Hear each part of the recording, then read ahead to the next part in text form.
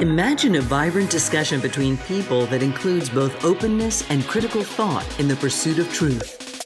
The Purchasing Truth podcast is an experience, a journey, an exploration of the impact that negative messages in politics and the media have on our families, community, society, and nation.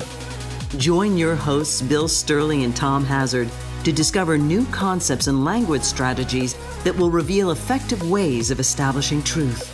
This podcast series will tackle current events, leadership challenges, healthcare confusion, integrity in business, and many other areas that affect us all. Gain clarity and understanding of the various truth perspectives. Welcome to Purchasing Truth. Hey everyone, welcome back to Purchasing Truth. I'm Tom Hazard, along with your host, Bill Stierle. And Bill, I'm exasperated. I got to tell you, I am exasperated and frustrated.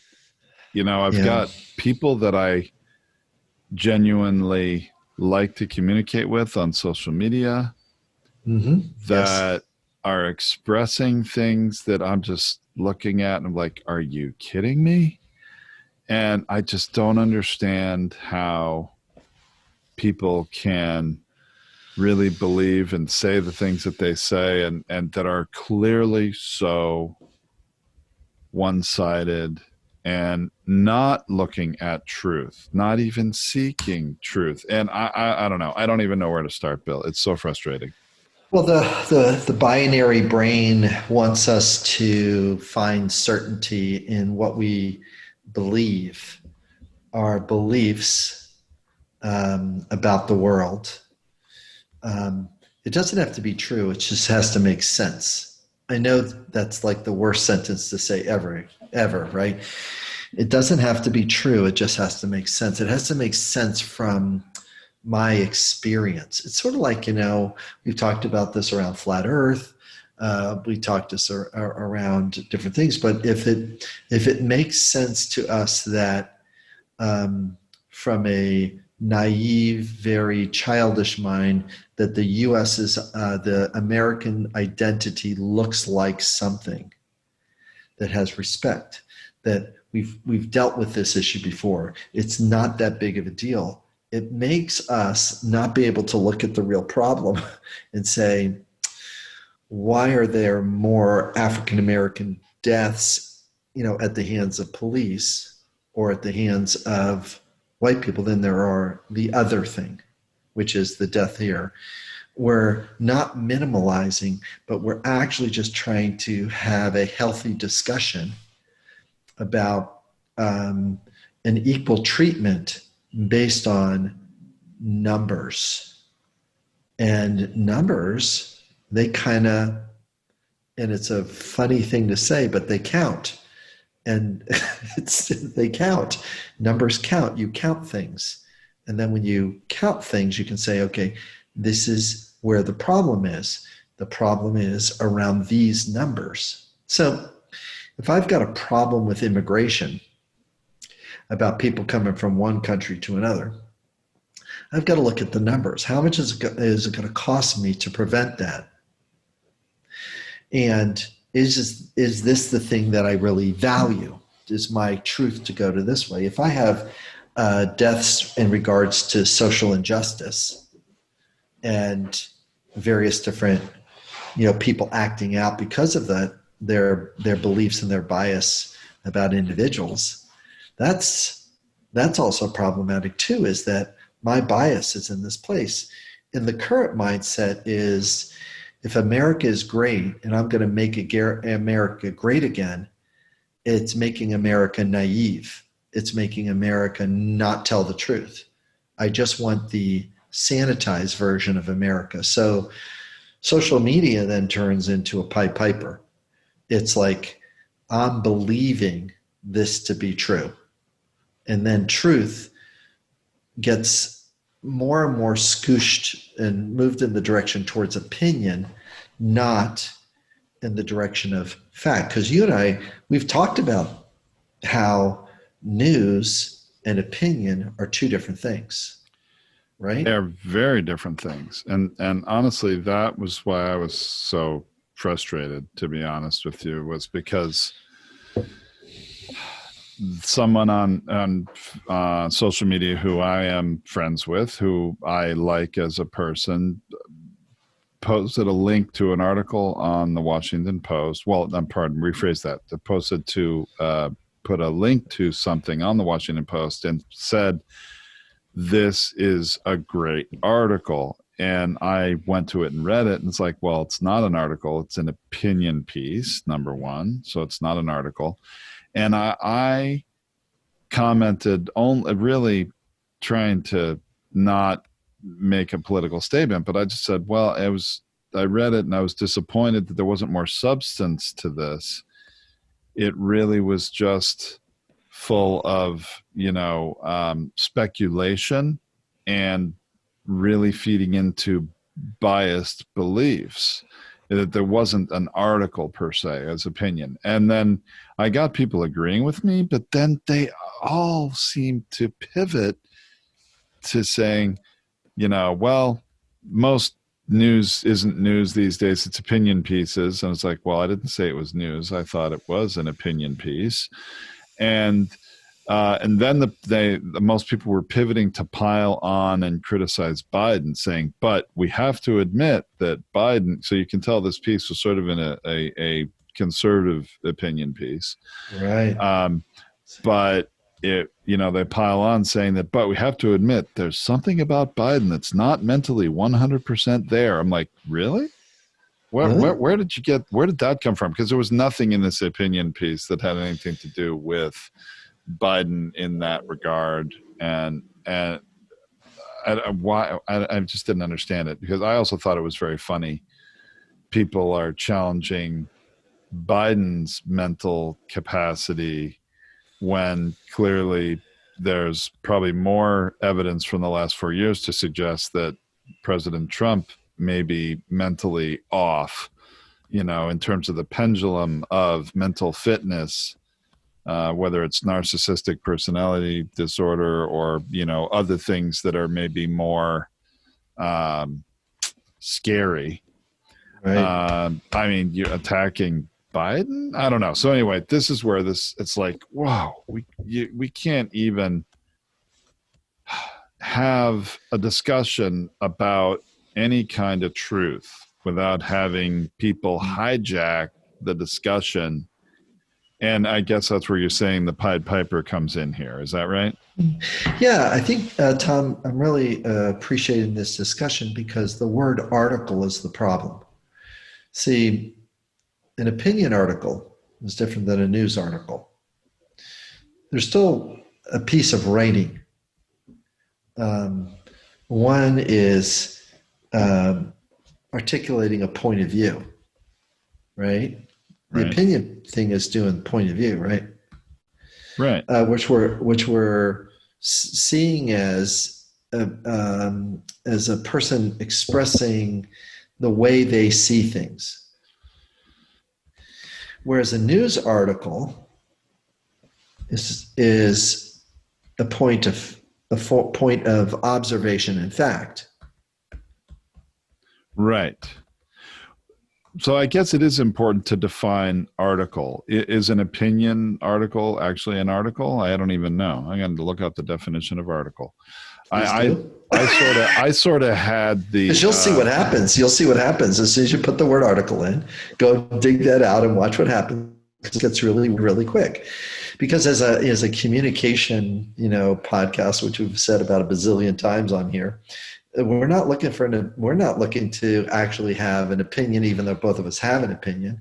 Is that I can argue, and I can discuss, the value of self-reliance. Self-reliance is a great value set. I would like more human beings to be self-reliant if the need for fairness is met, if the need for justice is met. But self-reliance sometimes doesn't take there. If you've got self-reliance to take place, then everybody's got an equal shot at it. We're kind of good to go. But self-reliance without equality or fairness has problems to it. It's sort of like saying to my 14-year-old, hey, listen, I'd like you to be self-reliant. And the person's going, then my 14-year-old goes, Yeah, I'm 14. How the hell am I going to be self-reliant? It's like there's time and maturity are a problem.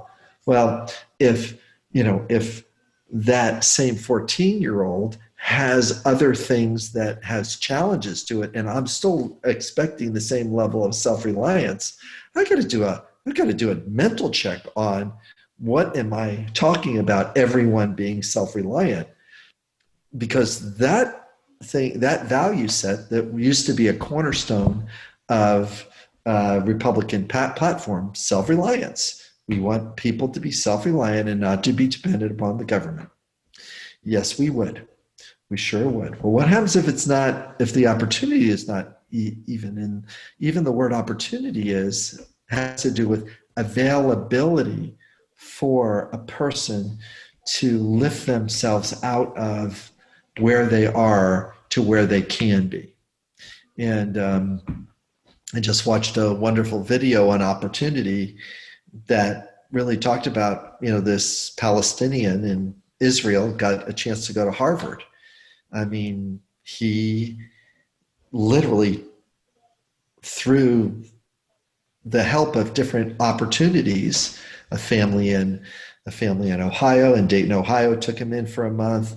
The mom recommended that he would go visit Harvard. He visited Harvard, discovered that those were normal kids there, just like himself. He went back to Palestine and Israel and started studying and got himself into Harvard and launched his career and launched his business. It's like, oh my gosh, like it was really, really huge. The video is on NAS Daily, NAS Daily is, we probably should find that and stick it because we're talking about opportunity. Yeah, we'll put it in the blog now. post. We'll find that and embed it. Yeah. But the Piper part of media that we're really actually talking about is that the word article, when attached to an opinion, this is an opinion article, or it's a news article. Notice that once you call it a news article, then there's certain factual constraints that's supposed to live by. But an opinion, and they used to call it opinion piece, but the word article has got conflated with that. So do you have a definition for us? Yeah, so I have it from Merriam-Webster. There are many definitions of the word article, which actually makes sense.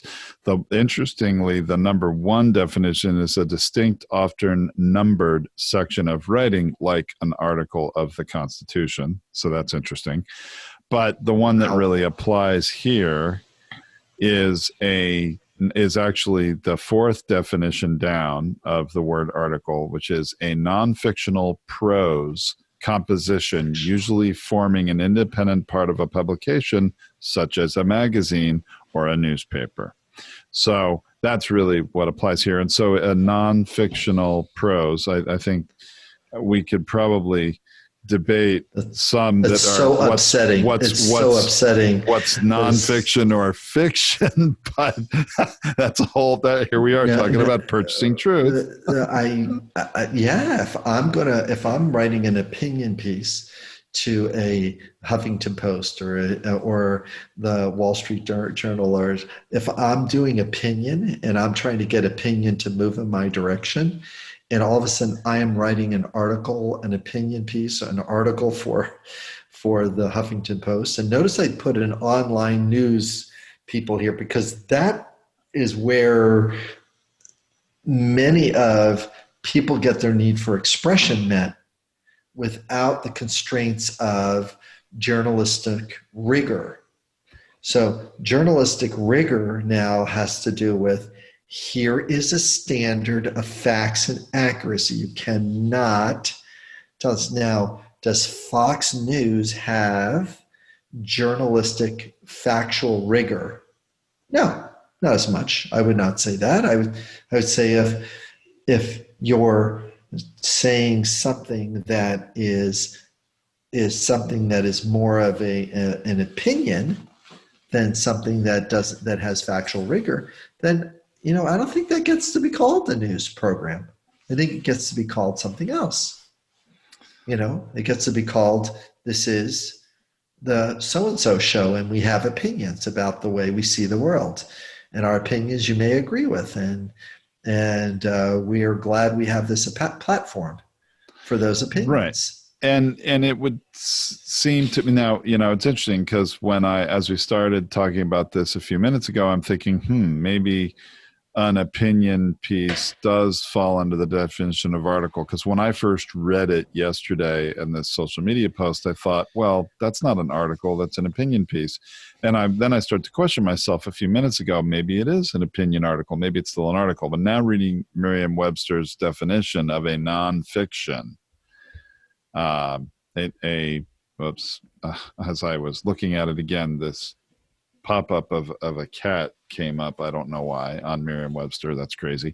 Anyway, a non-fictional prose composition. Non-fiction being the operative word, this opinion piece was definitely full of, like I said, speculation and feeding into belief biases that were very one-sided.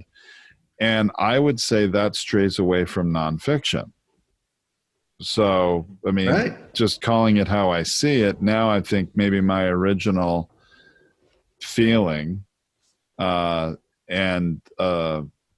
feeling and position that it shouldn't have been called an article. Because when somebody says, wow, this is a really good article, I mean, a good article means, wow, that was really well written, or this person did a really thorough amount of research and presented it very well, or they have great command of the English language in terms of their writing.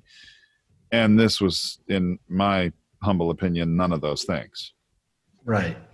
See, so let's take a look at a thing called behavior modification, just to pick on something.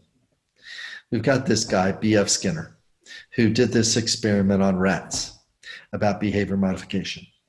Now, it was, in order to be scientific, it was these rats in isolation, here's what they are doing. We're going to reward them for this. We're going to provide this experiment this way. But guess what? There's no other stimuluses around for the rat to make the decision. All it's doing is basically saying, hey, if I do this one thing, I can get some food here, or I can get some drugs here, or whatever the stimulus is. A writer takes that piece and writes an article about it saying, scientist says behavior modification is a way to change behavior in animals. Here's a problem. Not human animals. B.F. Skinner never meant it to be for human beings. So things like behavior modification for children is terrible. It's terrible. Why? Because human beings have a frontal cortex, and rats do not have a frontal cortex. Really? No. Okay. They have tiny ones. They have part of one, but they don't have it the size we do. It's 40% of our brain up here, 60% in the back, in the limbic part of the brain. And then not even the neural connections are way different. So things like a timeout. A timeout is a behavior modification piece. Here's the rule. Here's the thing. You can use timeouts. You will get temporary compliance from your child. But a parent has to get ready to lose 4 things. They're going to lose truth, trust, connection, and acceptance. They're going to lose us. So if you think, hey, would you like to lose connection with your kid, truth and trust? Well, just stick them in the corner a couple of times, and they will learn. They get to make a mistake. They'll learn how to sneak around you. You're not going to get truth. Trust. They are going to say, this big person punishes me, and I can't make a mistake with this person. So if I ever make a mistake, I am not going to talk about it. I am not going to talk about the paint spilling in the garage. I'm not going to talk about, I started a fire in the backyard. I'm not talking about it. I didn't do it. I'll just deny it because I'm going to get punished for it.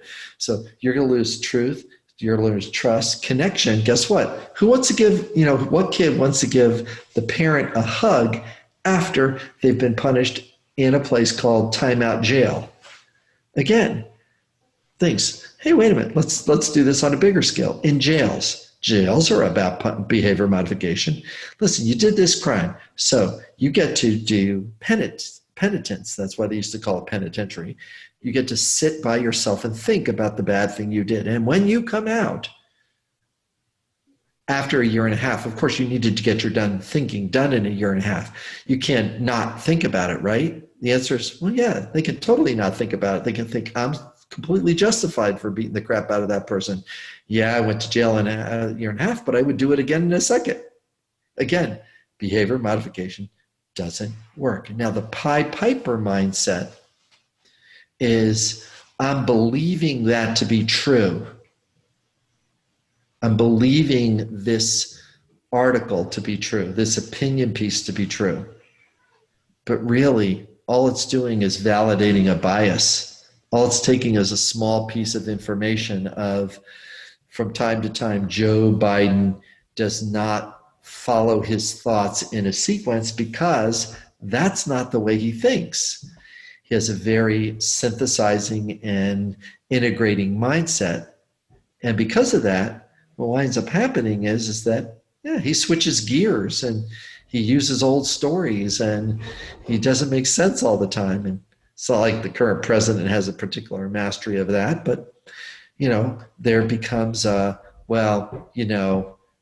I think I'm going to take the person that's more opinionated, even though that they're wrong or whatever. I'm going to take that person because at least they sound confident. But meanwhile, it's like, I don't know if that's the strongest decision. But again, people want to be able to trust some kind of certainty with strength versus certainty with flexibility, compromise, the ability to work with others, being able to say and realize that it's not one way or another. It's not binary. And that's where truth gets lost. That's one of the things. And we could talk more about this. We can totally do a part 2 about how the Pied Piper of messaging and social media work together. And we've got to, watch how that's, impacting us in our decision making. So I think it'd be very helpful. I'd like to explore that some more. And I think it's just probably going to tell me there are certain types of posts on social media I just want to stay away from. Really? Right. Or empathize with. If you want to engage, you empathize with the post too. And I've done this many times. Somebody says, hey, listen, I'm not sure if you can do this because you're biased. Oh, well, would you be willing to consider needs are neutral and they're universal? You have a need for respect and I have a need for respect. I think I can handle this conversation, hold the space between two versions of respect. Yeah, I can do that. I can have two different definitions for respect, two different definitions for fairness, two different definitions for consideration. We can do that. That doesn't have to be binary.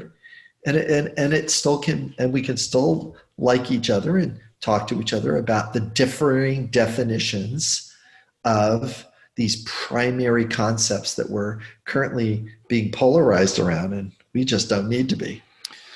So I agree. We don't. And that's where the exasperation sets in, right? When it becomes that way. Yep. Okay. That's right. Bill. There it is. All right, Tom. All right. Well, more to come on this. And I'm looking forward to our next discussion on how the Pied Piper can enlist people to follow their own biases, their own validations, and ultimately create a certainty that I don't have to rethink this. I don't want to rethink my decision. I've made a decision. I'm going with this guy. And the other guy, I'm just looking for evidence that he's not the guy. Instead of going like, who's the best person? And what American identity do I want to be a part of? Yeah, that one's the tough one that people have to come to a reckoning on. But we'll see how it works. I like that last statement. What identity do I want to be a part of? What identity do I want to be a part of? That's where the vote is. Do I want to keep going with the identity that's currently in place, or what identity do I want? Now, we can't go back, but we can hope that a new vision's being created to move forward. And I would like some more bolder communication, but they're not currently, in the place to do it yet. But Sure. Hopefully in the next the next couple, 2-3 weeks, it'll go that way. Anyways. All right, Bill. Well, thanks so much. All right. Thanks a lot, Tom. Talk to you soon. Thank you for listening to this Purchasing Truth podcast. We trust that you have enjoyed this engaging and thought-provoking conversation. Our hope is that you've received value, found clarity, and broadened your truth perspective in this episode.